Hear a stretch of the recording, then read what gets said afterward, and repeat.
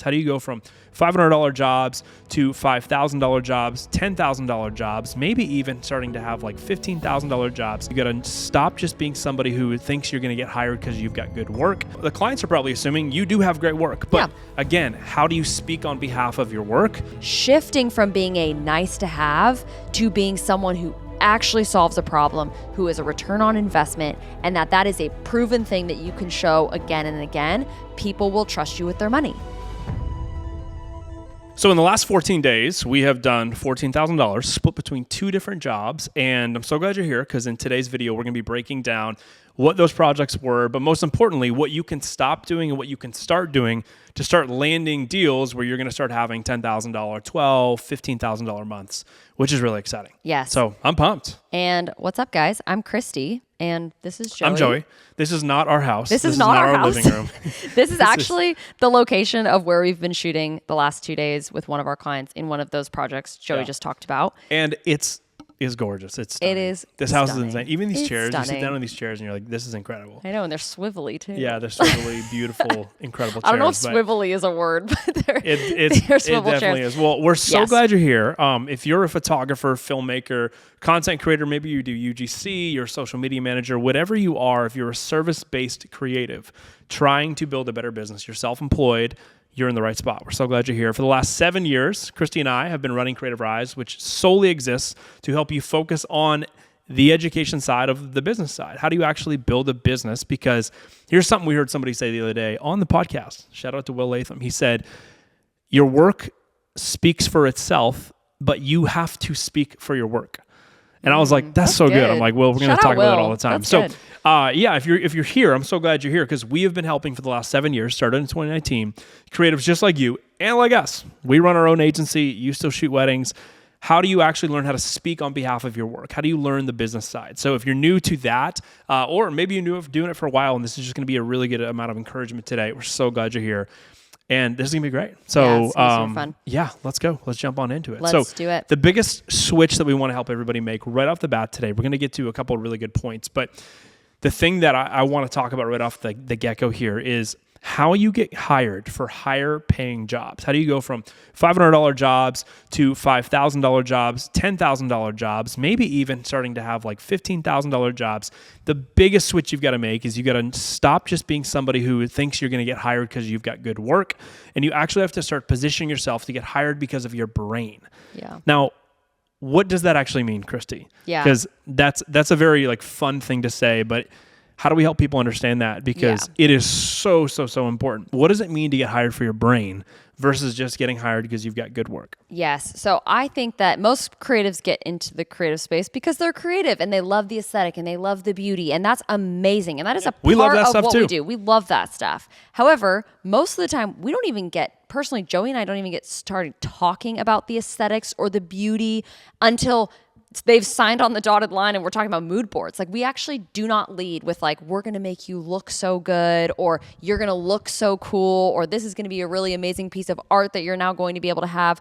We talk about results. And so what we are content strategists first, and then we are photographers, then we are filmmakers, then we are producers, right? We talk about how we want people to hire us for our brain, which is so true in how I've just watched in our creative careers, both individually and now together, how much that has evolved and how that evolution of us leading with, we are strategists first, and you are hiring us for our strategy that we can create for your business or for your wedding, and how that has evolved over the last however many years, this last decade of our creative careers, how much our jobs have gotten so much better, how much more trust a client has in us, how the trust of the budget that they give us is so much higher because of that fact. Yeah. So we are big proponents of that today. So if you are listening to Creative Rise for the very first time, know that we are business people. Like, we love the creativity inside of business and how you can utilize that in order to build more trust and just get better deals and make more in your creative business. Yeah. So good work should be the standard. That should just be the barrier to entry. Like, if you want to start hitting $10,000 months, $15,000 months, we got to assume, the clients are probably assuming you do have great work. But again, how do you speak on behalf of your work? You got to learn how to actually get hired for your brain. So we're going to rip through a couple things here that I think are really, really important. The first one is you've got to stop showing up. If you want to actually get into the months where you're making $10,000, $15,000 as a photographer, as a filmmaker, maybe even doing UGC, you got to stop just showing up as the shooter. Yeah. Oh, hey, I'm the hired hand. I'm the person who's showing up to shoot. Stop showing up as the shooter. You have to start showing up as somebody who's going to run the day. Yes. Christy, what does it mean to run the day? Yes. I think that running the day is... this is what I was just thinking of actually as you were just saying this.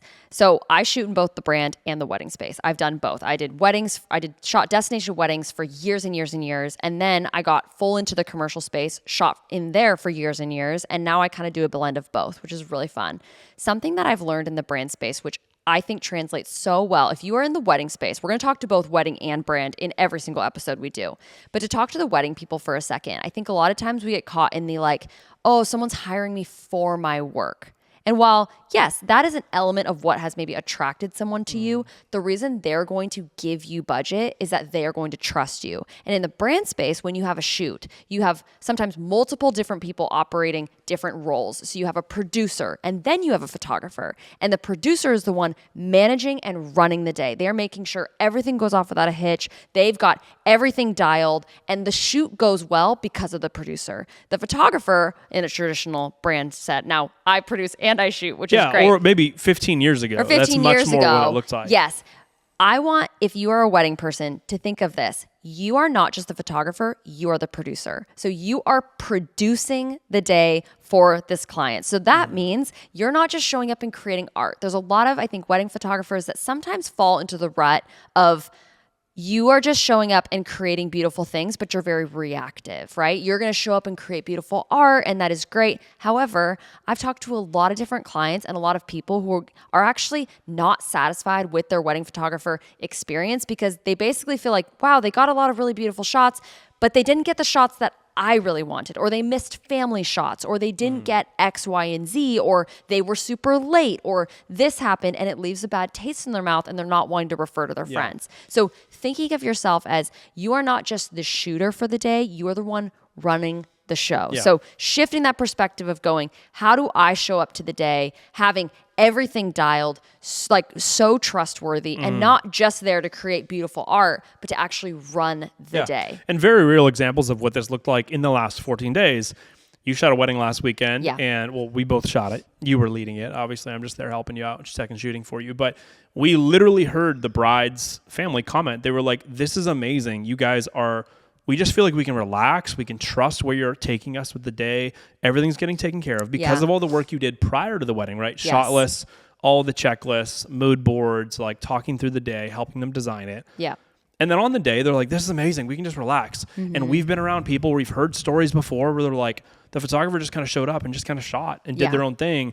And no one really knew where things were going. No one knew like where the day was going next or what the photographer was going to be shooting. And because of that, things get dropped. And then down here, we had a shoot yesterday, which was amazing. And same thing, the client said to us, they're like, oh, it's just so nice that we can do this with you guys because we can feel turn our brains like off. we can just turn our brains off and just be the people in front of the cameras. Yes. We can just be ourselves. We don't have to be thinking and producing and like, are we hitting everything? Are we getting everything on the shot list? Like, we are thinking about those things and making sure it's all managed for them, which means they can just show up and be themselves. So that is a massive switch. You do not want to just show up and be like, yeah, I'm here. Here's my tripod and my lights and I'm ready to roll. And like, I'll get set up and then you tell me when you're ready to start shooting.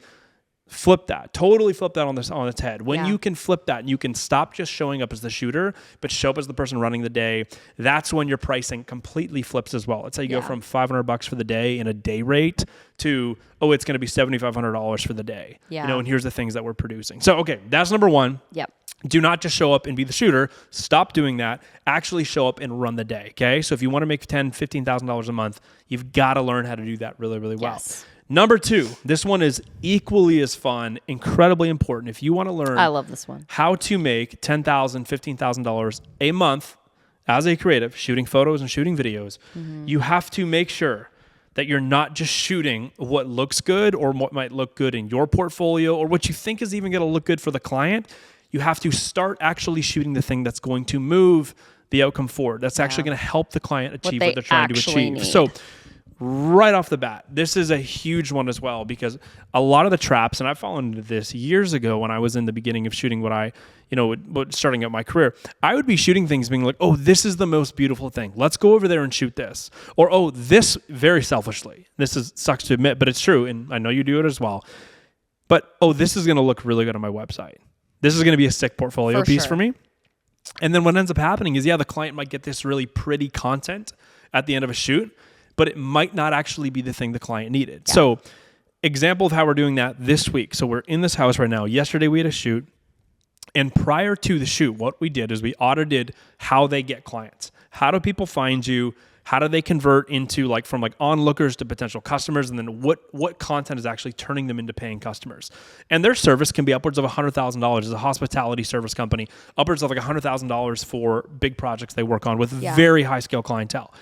And so we just went through their funnel of how do you guys actually get clients? We looked for the gaps, looked for places where people were falling through their funnel in becoming a customer, which for them, a lot of it was on their website. Mm-hmm. We went, your website doesn't necessarily match the level of expertise and service you guys give to your clients, and it's such a high-end clientele. So we audited that and went, here's the different content pieces. You're gonna need a really good looping header video that showcases how high-end and thoughtful you guys are with your service. You're gonna need a great VSL for your homepage. You're gonna need a thank you page video for after people inquire. It sends them to a video where they can see your face. You're speaking to them about what they can expect next. You're gonna get back to them in 24 hours. How do we handhold people with a white glove service through the customer funnel, right? So we looked at their funnel, we pieced all that together, and then we came here and had a shot list to get all that stuff done. And within probably 7 days from today, they're going to get all that stuff turned around. They're going to be put it into their website, fully redo their marketing funnel. None of that would happen if I was just showing up going, what is going to look the best? What's going to make me feel stoked on shooting? And what might look cool in my portfolio? Yeah. We would miss all the business opportunity for them to actually get results, right? Yes. That it makes a massive difference between getting paid $500 to show up with your day rate and shoot versus getting paid $7,000 or $10,000 or $15,000 for a set of then assets that are actually going to move a business objective forward, which is so freaking important. And it is. In the wedding example. In the wedding space. What does this look like in the wedding space? So this is something that I feel like I used to do wrong. So I think that before I would show up, I would send them a family shot list. Hey, fill out these names, whatever family shots you want. And here's a generic list of things that I'll capture for the day. Kind of in an email. It's that's what you're going to get. That's great. Add anything you want. Then I realized, you know what luxury things do? Luxury is always custom. Luxury is sitting down with somebody and going, let me ask you a bunch of questions where it's going to pull what you need, and then I will craft what I do for you. Yeah. That's so luxury. Go from cookie cutter, templated to custom. And now it takes more time, it's more effort, yet it yields the best results. So now when I have a wedding client, we have a full-on sit-down meeting, whether virtually or in person. I am asking every question under the sun. Hey, have you ever had any family members get married or any friends get married and some things happen that you wish didn't happen? That last photographer didn't get X, Y, and Z of this family member or whatever. Great. I'm going to note that that's super important. I'm going to ask, who are your VIPs? Who are the people at your wedding that feel so important to you that you would love candid photos of during reception, during the ceremony? Who should I be looking out for? And who loves photos that would love those photos being taken of them, right? I'm asking those types of questions. Even an example of the wedding we just shot last week. We were talking with the family, the mom and the daughter and the different family members. And one of the things that I didn't think would be maybe the highest priority, but that they really wanted was they wanted a lot of candids of the guests throughout the whole day. And for someone like me, where I'm portfolio wise, I just want to make sure we get really great shots of the couple and the couple interacting with guests. Yeah. They were You're not thinking about guest on guest. Not always thinking guests and things like that, other than big, wide, expansive shots. But if I was just thinking of what shoots well, I would have completely missed that. Yep. And so we made sure, we were both sending each other during the day of hey, make sure you go get a bunch of shots of the guests, what they're wearing, what they're doing, because that was something that was important to them. They wanted to see the people that were coming and celebrating them. And so we made sure that we got a ton of that. So it's just going from what's cookie cutter, what's something you want to shoot versus what do they actually need? What do they actually really want? And how can you make that a custom approach where they can feel really, really taken care of? And it's not even massive changes to what you're doing. It's just going, let me take the extra step and go really custom to find out what they need, not just what you think they want. Yeah, which is so great. Really, really big. So number 3, if you want to go from, again, $500 jobs to start earning $10,000, $15,000 a month as a photographer and filmmaker, you have to stop selling your time and you've got to actually start just selling outcomes. Yes. Okay? And we talk about this a lot, that one of the best ways we could probably spin this is stop selling your time and start selling certainty. So instead of, I'll just be there for 8 hours, it's like, no, here's actually what you're going to get delivered. Here's what I'm promising you're going to get back. Yeah. That is a huge shift if you want to go from $1,000, $15,000 job, sorry, $1,000, like $1,500 jobs, $500 jobs, getting up to where you're starting to maybe break into your first ever 5-figure job, crossing a job threshold where the job is paying you over $10,000 just for that single job.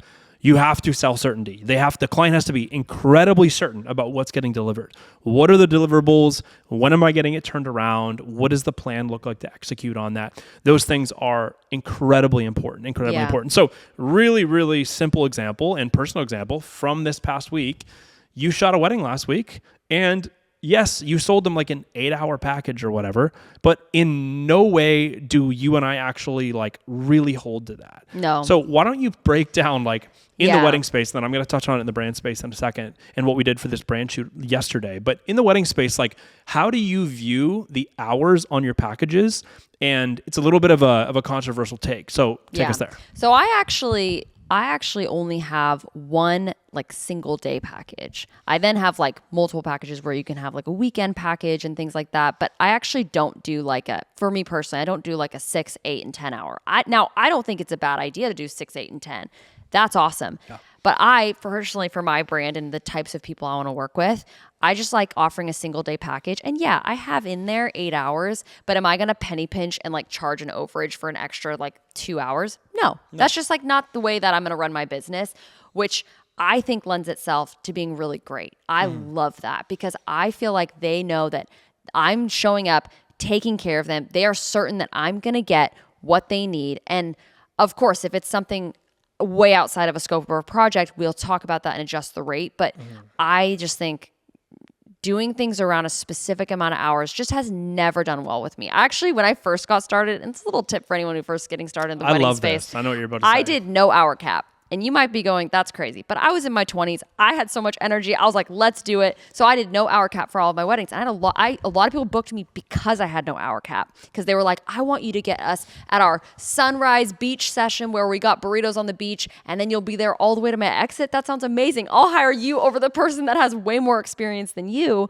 And it was because of the no hour cap. And now I think that you can have hour caps. It's totally fine. Yeah. We're big fans of making sure that you also take care of yourself on a job and on a project. But it's the idea of like, we're not penny pinching hours. And there's a certainty that comes with that. And when you sell yourself that way, the client starts to realize, oh, she's not actually selling us her time. Yes. She's selling us what she's going to create and what she's going to deliver on, which is super important. And we do just the exact same thing. Real quickly in the wedding space too, like you charge for that. Like what's your average wedding price right now for the single day package you send out? What is it? Is it like 9,800 or is it? Like it ranges 12, like what is it? Depends on where it is, but like 8,000 would be minimum. Yeah. So it's like high end stuff, which is awesome. And your multi days are, another 5,000-10,000 after that, depending on what's going on. So again, Christy's just always trying to make sure that her brides understand. And last week was for a friend, which is why it was 7. Yeah. But Christy's always trying to help people understand, like, okay, if you're hiring me to shoot your wedding, here's all the certainty on what you're going to get, which is way better than being like, well, yeah, I'll be there for 8. So you tell me when you want me to show up because I can't cover everything. Yeah. You know, like that is not how you want to be communicating your value to a client if you're wanting to make a ton of money working in this industry. So and the a great little bit of side- a controversial take, but Yes. that's how you and I operate. And we encourage people to think And in about the doing brand the same. space, it just yields such great results. Like in it the is brand space, it's even more important. Like it's so important in the brand space, in our opinion, to not do half day rates, day rates, because then it's just going to be like, well, how many hours is your client renting your time and your camera? That is not value forward at all. No. You have the certainty around deliverables, and hey, it's going to take the amount of time it takes, whether it's shorter or it's longer. That's exactly how we ran the last 2 days. Each day, the first day, super long because we were like, we got all these things that we want to do and we got all these things we want to deliver on. Second day was shorter. And it was like, great. It wasn't like, well, we have once you we were for done, 2 more hours. we were like, once we're done, we're done. Wrap it up. We're not done because it's 2:00. We're No. done because we got everything on the shot list done, Exactly. right? We are focusing all of our outcomes, our execution on the actual deliverables, which is way better. This kind of goes back to point number 1, which is don't just show up and be the shooter, but be the person who runs the day. Yeah. It is so much better. It's a sure. great feeling to be like, okay, we built the shot list. Client agreed to Yes. it. This is going to crush for them. Boom, boom, boom, boom, boom. We shot everything. We can all look at each other, high five, and we can go hit the pool for the afternoon. Like Yes. that is a way better feeling than like, oh shoot, like Christy, Right. how do we get out of here without the client knowing? Because we're supposed to be here for Yes. another 2 hours. Like Right. that feeling sucks. Yes, it That does. feeling sucks. And It so does. this is way better. And Yeah. that is exactly what we did yesterday. It was we got here, we had the shot list, we got everything done. And it was like, great, we're done. Yeah. Right? Which is It's a amazing. great and the feeling. client stoked. She's like, we covered everything. We're like, yeah, here it all is. We shot this, and this. They're like, yeah, we did. Yes. Amazing. We can't wait to see it. Yeah. It's way better for everybody. It is. It is. And the last one, you guys, number 4 is stop basically selling jobs where it's nice to get done, right? It's nice for the client to have, and start selling jobs that actually fix a problem. Stop just doing the stuff that's like maintenance. It's kind of just, they can have it, they cannot. It feels a little bit more like a luxury to have it versus actually fixing problems. not A a great necessity. example of this was, and here's also the thing. Sometimes it's not even like, oh, well, this industry feels like a little bit of like a nice to have, and this industry is a for sure yes. Because you can look at a lot of different industries, and it's how you sell yourself, right? Like, how are you actually selling the service you're providing? We were sitting here literally with our clients yesterday. We were having a conversation about where they're investing their money when it comes to expanding their business. And they were talking about how they were saying like, oh, well, like social media management sometimes feels like it's just sort of it's just maintaining what we're already doing. And they could not see from their perspective how that was going to yield a return on investment. But we know, obviously, social media managers who actually do provide a return on investment style service that's actually fixing a problem, which is getting them clients. And then there are many social media managers out there that are just managing what's happening, right? They're filling the content It's the difference calendar. between being like a social media manager you're really just a poster. Yes. You just post content versus like you dream up stuff, you have strategy to it. And you're and you make attracting stuff clients happen. for Yeah. them, right? Huge difference. Huge difference. And so that's where it's like, think about that when it comes to you, your business, and your industry. Are you someone who actually is showcasing yourself as someone who fixes a problem and has a return on investment? Or is it more like, just make your feed look really nice. Oh, your wedding photos will look really pretty. Oh, this brand website looping header film is going to be gorgeous, right? None of those are all nice to haves. And if someone's in a position to be able to hire you for that because they have a bunch of extra discretionary income, awesome. Chances are you will not be getting a ton of amazing, consistent, great jobs though, because you look like someone who's not going to actually cause any real change for somebody. So shifting from being a nice to have to being someone who actually solves a problem, who is a return on investment, and that is a proven thing that you can show again and again, people will trust you with their money. People will trust you with your money, whether you're in the brand space or you're in the wedding space. Think about, how am I actually a results driving service rather than just a nice to have? Yeah, totally. So this is like case study videos, sales videos, testimonial, videos. Maybe you get on a retainer every quarter. You're shooting another 3 testimonials with a company, right? You get 3 of their clients in and shoot 3 testimonials every quarter. Like, what are the things that you're doing that are actually solving something where it's like, this is a necessity. Yes. We need this. And it's not just like, oh, he wants to take some of our products and take it to a mountain and make it look pretty, but like, what is that really doing for us, right? And let me even just harp on the social media side of things, or if you are like a retainer style business of anything in the brand space, please, please, please include in your pre-sales conversations, as well as when you are actually fulfilling for a client, that you will have feedback and re-strategy calls, right? Like that every month or every quarter, you are sitting down with the client and going, here's what's working, here's what's not working, and here's what we're going to do to change. So that is going to be something that actually, I'm telling you guys, if you do that, you will outshine so many other people in the industry, because there are so many people who, again, are just the posters, or they're just the people that fulfill the content every month, and they're not actually thinking and strategizing and using their brains rather than just being the shooter and creating results for their clients. You will outshine and outperform everybody in the industry if you do that. Yeah. So a couple quick shout outs for people that are doing this really well. So this is going to give you some context on businesses that are doing this really well. And this is people just like you, people just like us. Shout out to Nick Mangos. Shout out to Nick. Nick's an awesome dude. He's from Australia. And Nick had a couple awesome wins. He's a part of the Creative Rise Mastermind. Had a couple awesome wins this past week, but $15,000 for 2 different projects, a $9,900 project, video project for a local council shooting different restaurants and locations, so like tourism. Deliverables for each of those, solving problems, which is epic. And then another 1-day shoot for $6,675, so almost $7,000 there. And this is different location. He's organizing talents, locations, all of that stuff, making sure that everything is taken care of, which is awesome. Shout out to you, Nick. Shout out to Adam and Clara there on the pod literally last week. They sent a photo. This is an awesome photo. I love photos like this to our group chat. The Creative Rise Mastermind group chat. They're smiling in front of a billboard. They said, stoked. We just got our first billboard. They said, we're so pumped about this. That's they did $25,000 last month, killing it, traveling on the road, living out of their 4x4 vehicle, which is epic. And then Luelle from Toronto, she's epic. She's a photographer and filmmaker. She says, I had 2 weddings this month, 2 wedding films this month. I had a 1-day shoot for a construction company, and I had a 2-day shoot for a corporate hair salon, and I did my first ever $22,000 month. Shout out, Luelle. Shout out to you, Luelle. So that's 3 creatives. We could continue to give you examples on and on and on, way outside of just Christy and I and how we're doing this, right? Last 14 days, we've done $14,000. So many other examples of other people that just follow the same things we are talking about and get really, really focused on all the 4 things we just mentioned, but mainly getting hired for their brains, not just to show up with a camera. So hopefully that encourages you guys. If you are also interested in like, how do I implement this stuff more? Joey and Christy, could you guys help me with this? Absolutely. We've got something called the Creative Rise Mastermind that is coming up. We are reopening enrollment to that on August 26th. Which is so epic. That's going to be the first time that we open up some spots in the last, 5.5 months, which is great. So there's so many of you guys that are already DMing us and just pumped about it.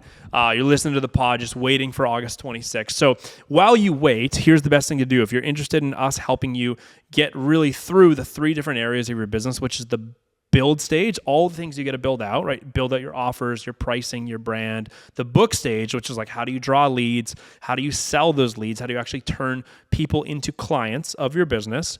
And then the delivery stage, how do you then deliver really well? How do you make sure you're balancing everything really well, managing cash flow? How do you outsource for the first time? Book, build, and deliver. Those are the 3 stages of any 6-figure business. If you want our help to help you install the right systems, the same way Nick, Luelle, and Adam and Claire have done, the same things we've done, and hundreds of other creatives we've gotten to help since 2019.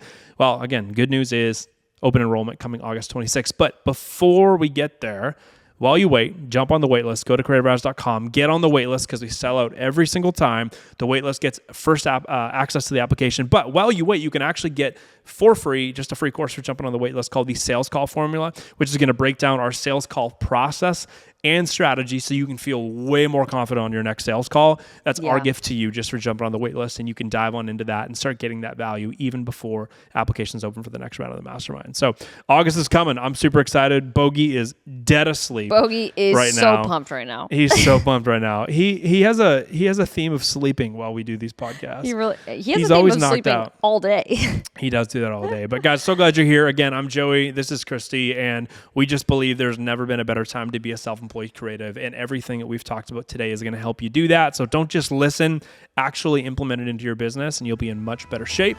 We'll catch you next week.